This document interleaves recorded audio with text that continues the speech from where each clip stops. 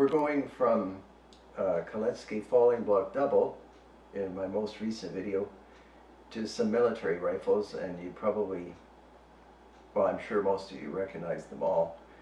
I'm lucky and had a chance to pick up kind of one of each, and they're a lot of fun to shoot, and they're quite well known, especially recently, because I guess the video games, they show up in Call of Duty and Medal of Honor and things like that, and those games are a lot of fun to play too. Anyhow, what I wanted to do was show you these actions, because I learned a lot just actually getting ready to make this video. So what you see in my hands here is a Garand. This one was made in Italy, and there's a complicated story about how that happened with the tooling and so forth ending up there. Great Garand. This one's in 308, which means I can buy crates of ammo, and they work really well. Originally 30-06, of course. And so first use of this type of action, which is you can see two locking lugs up front.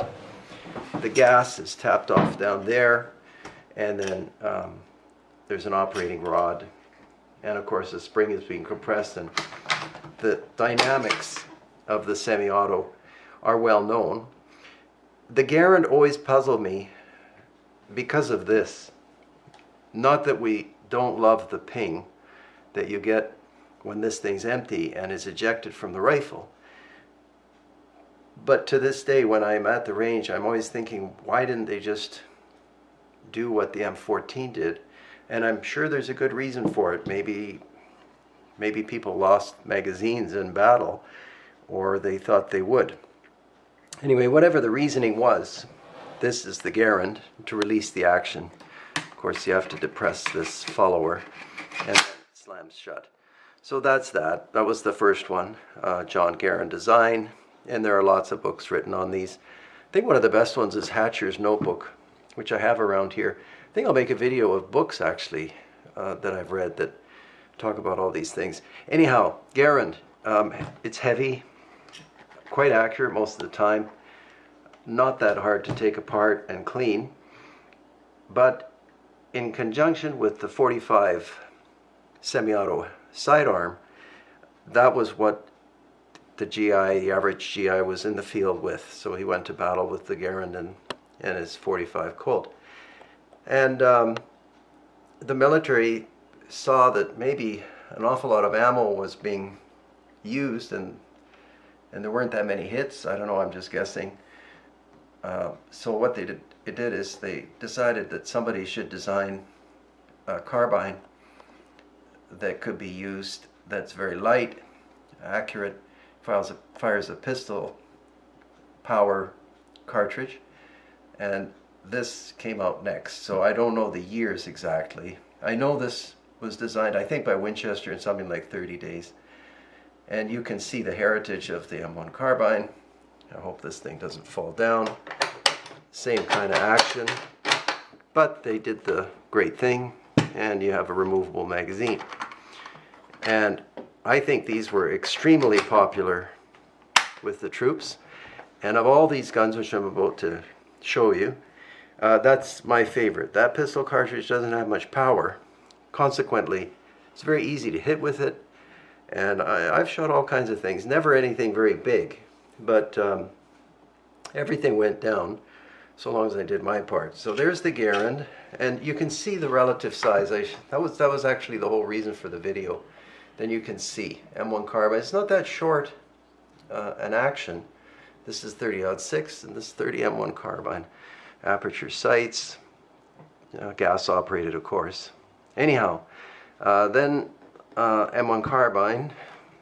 A few years pass. I'll remove this, and we go to the M14.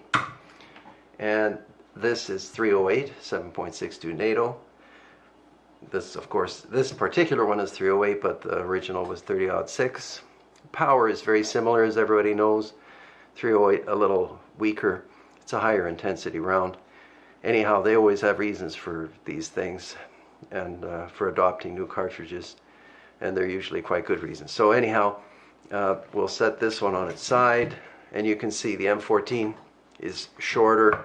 The gas is tapped off the barrel a little bit further back toward the action, and it has, just reach over here, grab the magazine, and you can get different magazines with different round counts and the rest you're familiar with.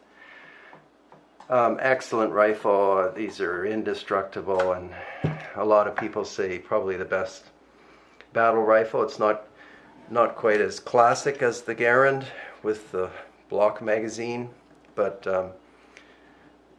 you compare this and caught thumbs and all the things that go wrong when you don't know exactly what you're doing with the Garand, and this is a lot more convenient. So now I'll move the M14 down, and here's the Mini 14, and this is a kind of cool comparison. You can see again, the heritage of the Mini 14 is obvious. It's just I'll set this down.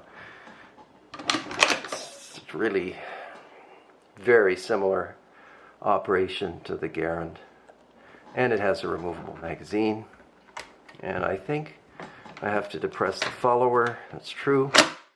So that's that, and you know, everything works as it should. And these Mini 14s, they've sold millions of them. They're fantastic, and in 223, so 5.56. Same thing, aperture, sight.